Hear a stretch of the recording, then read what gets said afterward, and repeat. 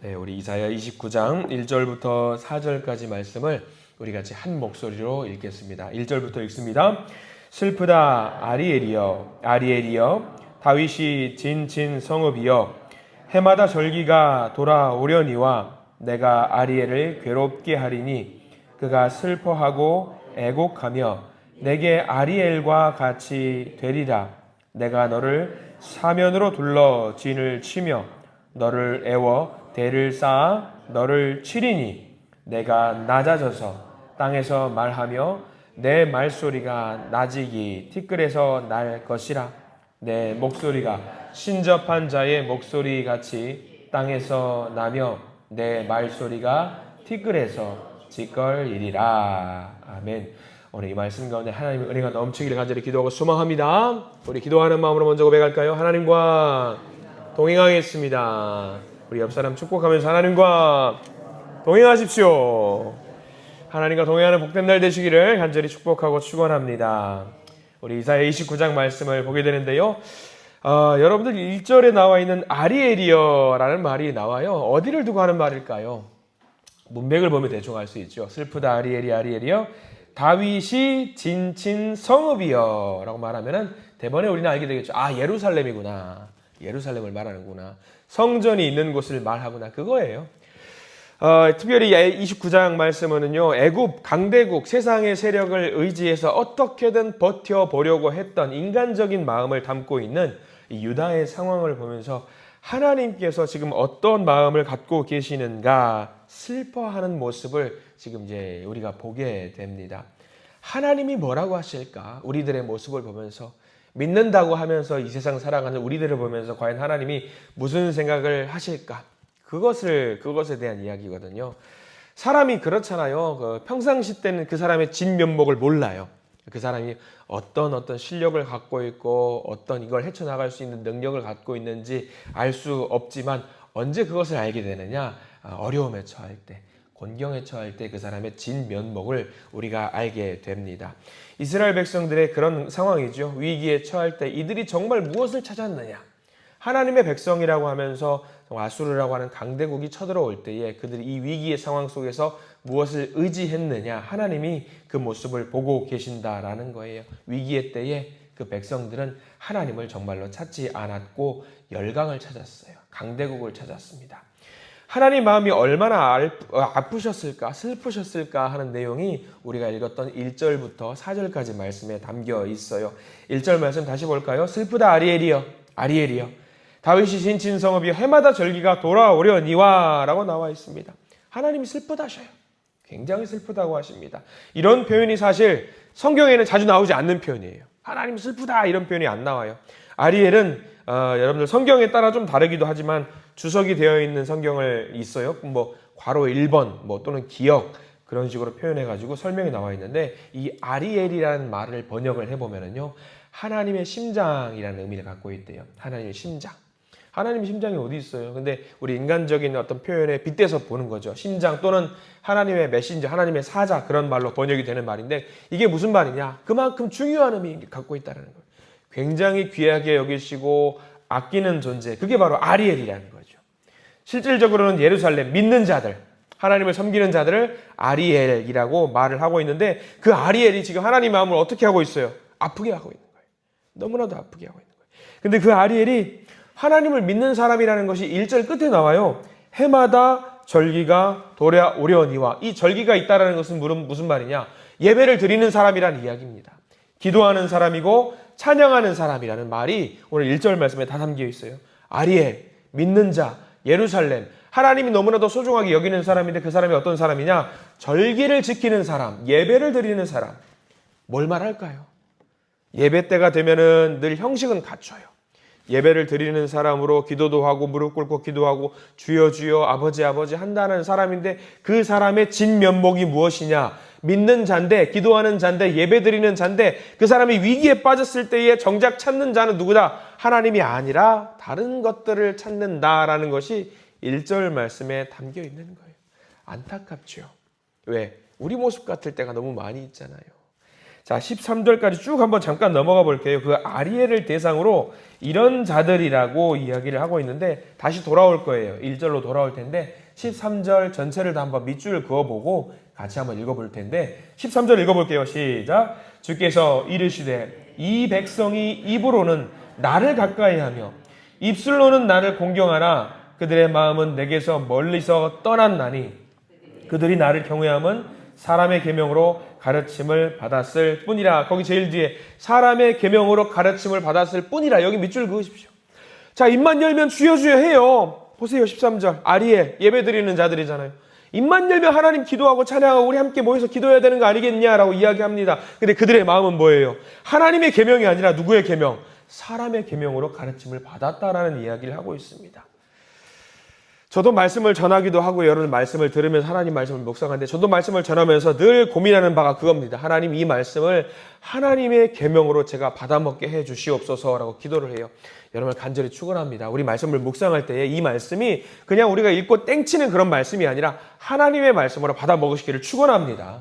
이거 사람의 계명 아닙니다. 우리 오늘 하루를 살아갈 수 있도록 일주일을 살아갈 수 있도록 하나님이 우리에게 주신 영의 양식이거든요. 그럼 이거 사람의 계명으로 받아들이면 안 돼요. 사람의 계명으로 들을 때에 우리는 잘 안 듣게 되더라고요. 근데 이거를 하나님의 계명으로 우리가 받으면은요, 받아줘요. 그러니까 사람들은 이 이스라엘 백성들은 예루살렘 백성들은 사람의 계명으로 이 말씀을 받아들였어요. 그저 내가 먹고 살기 위해서 나의 삶을 유지하기 위해서 이 하나님의 말씀이라고 생각하면서 받아 먹는데 이걸 변질시켜요. 분명히 우리가 사람이 태어난 목적이 뭡니까? 하나님께 영광을 돌리는 것이 근본 목적이에요. 근데 그렇게 받아들이지 않고 하나님을 기쁘시게 해야 되는데 기쁘시게 하지 않고 만족하게 해야 되는데 하나님 만족시켜야 되는데 만족시키지 않고 아이고 우리가 하나님이란 분이 계신데 혼나지 않으려면 예배 드려야 된대 기도해야 된대 그래? 우리가 굶어 죽지 않으려면 기도해야 된대 예배 드려야 된대 이런 식이 돼버리는 거죠. 하나님께 영광 올려드리는 것이 아니라 내가 하루를 살아가기 위해서 기도해야 된대 라고 하면서 그냥 예배 드리는 거예요. 여기 아까 우리가 1절 나와 있는 해마다 절기가 돌아오려니와 우리가 그래 절기가 왔대 우리 한번 그래 예배 드려야 된다고 하니까 그래 예배 드리지 뭐 내가 한번 예배 드려주면 어렵지 않지 이런 생각으로 살아가는 사람들이 예루살렘에 살고 있었던 사람이라는 거죠. 위험한 거죠. 이거를 우리는 네 글자로 뭐라고 그러냐면 종교생활이라고 그래요. 여러분들 교회 나올 때 예배 드릴 때 종교생활 한다라는 마음으로 나오시면 안 됩니다. 종교생활은 언제 제가 기억이 나냐면 군대 갔을 때 초코파이 먹으러 가는 거 종교생활이에요. 초코파이 먹으러. 그건 신앙이 있는 게 아니라 교회 가서 뭐 먹으러 가는 거예요. 당 떨어질 시간 됐으니까 당 섭취하러 가는 거잖아요. 그걸 종교생활이라고 하죠. 우리는 종교생활 하는 거 아니에요. 신앙생활이죠. 믿음생활이죠. 지금 예루살렘 백성들이 얼마나 추악한 삶을 살았는지 하나님을 하나님으로 여기지 않고 하나님을 우상으로 여겼어요. 하나님 우상으로 여길 수 있을까요? 있어요. 하나님을 믿는데 내가 목적이 되면 하나님 우상이 되어버리는 거예요. 무서운 거죠. 그 모습을 보니까 하나님이 너무 마음이 아프신 거죠. 그래서 1절 슬프다 아리엘이여 라고 지금 말씀을 하고 있는 거죠. 이 말씀 우리에게 주신 이유가 뭘까요? 우리가 삶을 살아갈 때에 입술로는 하나님을 공경할 때가 있어요. 하나님 하면서 외칠 때가 있어요. 하나님의 뜻을 따르는 삶을 사는 것 같아요. 근데 그 마음에 하나님이 수단이 되는 경우가 분명히 있다라는 거죠. 하나님이 목적이 되어야 되는데 수단이 되고 있는 경우가 있다. 그래서 점검해야 됩니다. 우리의 마음이 정말 하나님을 나의 주님으로, 나의 주인으로, 구세주로 믿고 있는가. 그래서 성경 전체를 보면서 하나님의 본심이 무엇인지 알아야 돼요. 하나님의 본심은 우리가 아리엘 내가 사랑하는 자 나에게로 돌아와라. 지금 그 말씀을 하고 있는 거죠. 많은 사람들이 이제 그런 강력한 세상의 세력들을 따르려고 할 때가 많이 있어요. 특별히 요즘 세계 정세를 보면은 그런 느낌이 있죠. 이스라엘 백성들이 애굽을 따를 것이냐, 아수르를 따를 것이냐, 아니면 신흥 강국이 되는 바벨론을 따를 것이냐. 이게 무슨 모습 같냐면, 우리가 미국을 따라야 돼? 아니면 중국을 따라야 돼? 그런 모습들을 TV나 신문, 방송, 매체를 통해서 보게 되죠. 요즘은 또 선거 기간 때는 우리가 여당을 따라야 돼? 우리가 야당을 따라야 돼? 세상 사람들은 우리 돈이 없는데 복권 사야 돼? 이런 마음, 다 이런 마음이에요. 이런 복잡한 계산을 할 필요가 없어요. 이런 복잡한 계산을 하나님은 원하지도 않으시고요. 우리가 생각해야 될 것 딱 하나죠. 과연 우리가 하나님 편에 서 있는가? 우리가 하나님과 좀 거리를 두고 살았던 것은 아닌가? 하나님 오늘 말씀을 통해서 당장 돌아오기를 원하고 계십니다. 오늘 이 말씀을 통해서 이런 하나님의 뜻을 헤아릴 수 있으시기를 간절히 기도합니다. 우리 2절 말씀 넘어가 볼까요? 2절 말씀 보겠습니다. 내가 아리엘을 괴롭게 하리니 그가 슬퍼하고 애곡하며 내게 아리엘과 같이 되리라. 자, 이 말씀 잘 보십시오. 이게 누구 말씀 같냐면 부모님께서 자녀들을 혼내기 위해서 회초리 드실 때 모습이 2절 모습이에요. 내가 아리엘을, 내가 사랑하는 존재잖아요. 내가 너무나도 사랑하는 아들이고 딸이잖아요. 근데 그 아리엘을 어떻게 한다고 했냐면 괴롭게 하리니, 슬퍼하는 마음으로, 애곡하는 마음으로 이 아리엘을 괴롭게 하리니. 슬퍼요. 돌아왔으면 좋겠어요. 근데 안 돌아와요. 그러면 그들에게 조금 더 강력한 방법을 사용하죠. 우리가 부모된 자로서 그렇게 하잖아요. 그 자녀들을 괴롭게 만드는데 누구를 통해서? 아수르를 들어서 사용하시는 거죠. 이렇게 자녀들을 괴롭게 하면, 잠깐 괴롭게 하면 그들의 눈이 뜨일까? 그래서 괴로움의 방법을 그들에게 주고 계시는 거죠. 그러면서 부모된 이 하나님은 계속 마음이 아파요. 물론 여기 나와 있는 아리엘은요, 조금 다른 의미입니다. 1절에 나와 있는 아리엘과 의미가 다른데 여기도 성경에 따라서 주석이 되어 있어요. 뭐라고 쭉 따라가면 하나님의 제단이라는 또 표현으로 되어 있거든요. 여기서 나와 있는 2절의 아리엘은 번제단을 말합니다. 번제단은 뭐 하는 곳이냐면 예배를 드릴 때 제물을 잡아서 이 제물을 하나님께 태우는 곳이죠. 피를 뿌리고요, 동물을 잡아다가 각을 뜨고요, 잡는 거죠. 예루살렘이 하나님을 알고 믿고 따라야 되는데 그렇게 하지 못하니까 번제단에 올려놓고 피를 뿌리는 마음으로 그들에게 아픔을 겪게 하는 모습이 2절 말씀이에요. 이렇게라도 해서 내게 돌아오게 만들고 싶다라는 마음이죠. 그래서 이 2절의 아리엘 번제단에 올려놓고 이제 3절 말씀으로 넘어가면 이제 3절 4절이 이해가 되는 겁니다. 3절 말씀 읽어볼까요? 내가 너를 사면으로 둘러 진을 치며 너를 애워 대를 쌓아 너를 치리니. 도망 못 가게 막는 거예요. 번제단 위에 올려놓고 내 아들 내 딸 올려놓고 혼내킬 거다. 절대 못 도망가게 사면에다가 벽을 쌓아놓고 도망 못 가게 만든다라는 거죠. 그리고 여기서 예배를 제대로 드릴 수 있게 한번 너희들 혼주를 내주겠다. 그 이야기지요. 그리고 얼마나 혼내느냐. 목소리가 나오지 않을 때까지 혼낸다라는 말이 4절이거든요. 4절 말씀 읽어봅니다. 내가 낮아져서 땅에서 말하며 내 말소리가 나직이 티끌에서 날 것이라. 내 목소리가 신접한 자의 목소리같이 땅에서 나며 내 말소리가 티끌에서 짓걸이리라. 중얼중얼 할 때까지. 더 이상 말 안 하고 목소리가 그냥 나오지 않을 그 작은 신음이 나오는 그 순간까지 너희들을 혼낼 것이다 라고 이야기하는 거예요. 정확하게 보라는 거예요. 너를 구원해 줄 자는 애굽도 아니고 바벨론도 아니고 그 어떤 곳도 아니다. 너희들은 그런 나라들을 도와달라고 소리를 지르면서 그들을 향해서 큰 소리를 부르고 있지만 절대 그렇게 두지 않고 너희들을 혼내줄 것이다. 망하게 하려고 하시는 게 아니에요. 살리려고 하시는 거예요. 살리려고. 자녀들을 살리려고 지금 하나님이 지금 이 작전을 짜고 실행에 옮기시는 건데, 여기까지 보면 또 늘 그렇잖아요. 우리가 어제도 말씀드렸고 그 전에도 계속 말씀드렸지만 이사야 말씀은요, 심판으로 끝나지 않아요. 심판으로 끝나지 않고 그 심판 너머에 뭐가 있느냐? 회복이 반드시 있어요. 자, 5절 말씀 역전이 일어납니다. 5절 말씀도 전체 다 밑줄 그으시면서 같이 읽었으면 좋겠는데 5절 읽습니다. 그럴지라도 너의 대적의 무리는 세미한 티끌 같겠고 강포한 자의 무리는 날려가는 겨 같으리니 그 일이 순식간에 갑자기 일어날 것이라. 여기 표시하는 거 다 밑줄 그으실 때인데 중요한 거 제일 앞에 그럴지라도 여기 동그라미 표시 반드시 하십시오. 그러나죠. 이게 하나님의 본심이에요. 내가 너희들을 회초리를 때리고 혼내키고 가둬가지고 너희들 내 몽둥이로 때릴 텐데 그러나예요. 그럴지라도 너희들을 대적하는 그 무리는 내가 가만두지 않고 날아가는 겨처럼 아무것도 아닌 존처럼 내가 만들 것이다. 아수르를 너희들 의지하지 아니야. 세미한 티끌처럼 아수르 사라져버릴 것이다 라고 지금 이야기하는 거예요.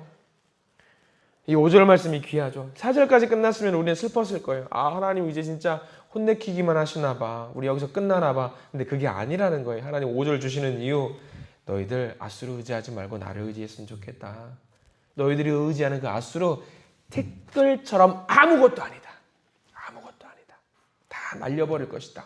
그래서 6절부터 7절, 8절 쭉 보면은 그 아수르가 어떤 나라들 같냐로 이야기하냐면 6절을 보실래요? 6절 읽어보겠습니다. 만군의 여호와께서 우레와 지진과 큰 소리와 회오리 바람과 폭풍과 맹렬한 불꽃으로 그들을 징벌하실 것인즉, 아수르를 징벌하시겠다라는 거죠. 너희들을 괴롭히고 너희들을 힘들게 하고 그런 것들을 모두 다 징벌하시겠다. 그리고 하나님의 백성 건드리는 애들은 내가 가만두지 않고 너희들을 보호할 것이다.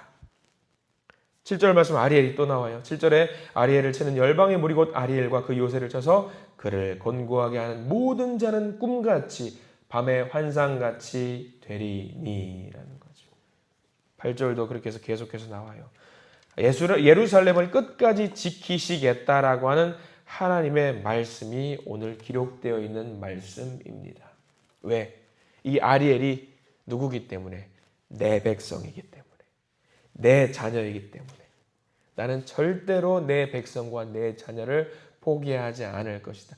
내가 혼낼지언정 다른 세력들이 너희들을 괴롭히지 못하게 할 것이다.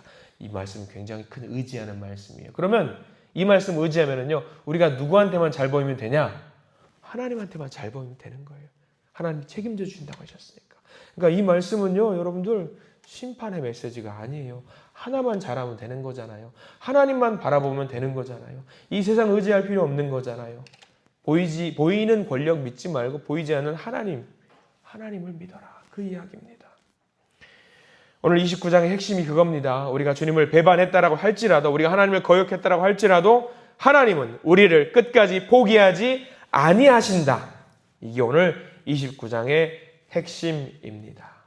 오늘 이 말씀 보면서 의지하시기를 소망할 텐데, 특별히 5절 말씀 잘 기억하시고 오늘 하루를 살아갈 수 있는 큰 힘이 되는 말씀이 되기를 소망합니다.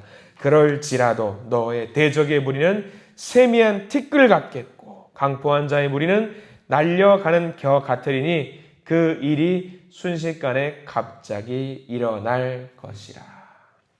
하나님께서 우리를 끝내 안으시고 고치시고 싸매시고 새롭게 하셔서 우리를 하나님의 자녀로 든든하게 세우실 것입니다. 하나님 자녀와 하나님의 백성이 누릴 수 있는 그 은혜와 복을 오늘 하루 마음껏 누리실 수 있는 저와 여러분들 되시기를 축원합니다. 기도하겠습니다. 주님 감사합니다. 오늘 이사야 29장 말씀을 보면서 슬퍼하시는 하나님의 모습을 바라보게 됩니다. 지금도 이리저리 흔들리면서 이리저리 우리 마음을 내어주고 살아가는 우리를 보면서 하나님이 우리를 보시면서 얼마나 슬퍼하실까. 주님 이 시간 우리의 마음을 다시 한번 정리해서 하나님께 완전히 올려드리기를 원합니다. 여기 빼앗기고 저기 빼앗기고 여기 나뉘어 버리고 저기 쪼개지고 그 마음을 다시 하나하나 모아서 하나로 만들어서 하나님께 올려드립니다. 나의 주님이시고 나의 섭리이시고 나를 다시 완성하시는 하나님을 믿고 의지하오니 주님 견고하게 만들어주시고 이 마음을 주님 받아주시옵소서. 우리의 삶을 통해서 하나님 영광 받으시고 우리의 입술로만 섬기는 것이 아니라 우리의 기도가 우리의 예배가 형식적이지 않게 해주시옵소서. 하나님을 기쁘시게 하는 삶, 그런 삶을 살기에 부족함이 없게 해주시고 하나님을 슬프게 하는 것이 아니라 하나님을 기쁘게 하는 하루가 되기를 소망합니다. 이 하루 늘 하나님과 교제하면서 동행하면서 순간순간 하나님을 웃게 만들어드리는 믿음의 형제와 자매들이 될 수 있도록 우리 모두가 될 수 있도록 주님 인도하여 주시옵소서. 예수 그리스도 이름으로 간절히 기도드립니다. 아멘.